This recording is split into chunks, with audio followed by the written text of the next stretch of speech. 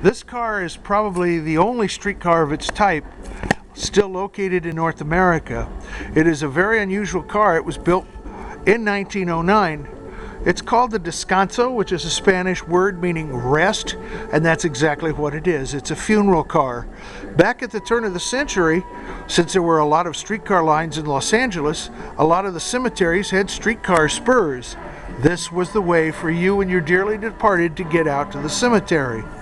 After your church ceremony, the coffin casket would be loaded into this compartment right here, just behind the motorman's compartment. The mourners would then get aboard the car along with their guests, and as we climb up here, you look inside. The mourners and family would sit in these wicker chairs, which were quite comfortable, and they would ride out to the cemetery.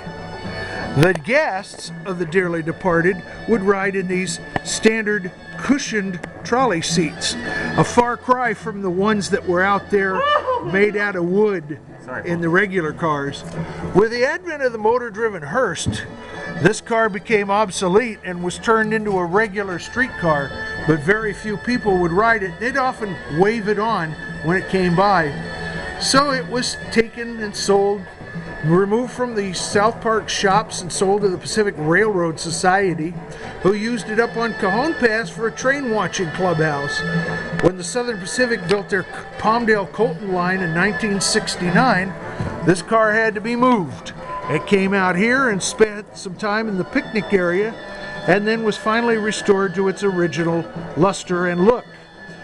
As you can see, we're looking back in the chapel section of this car, and today this is the only funeral streetcar left around.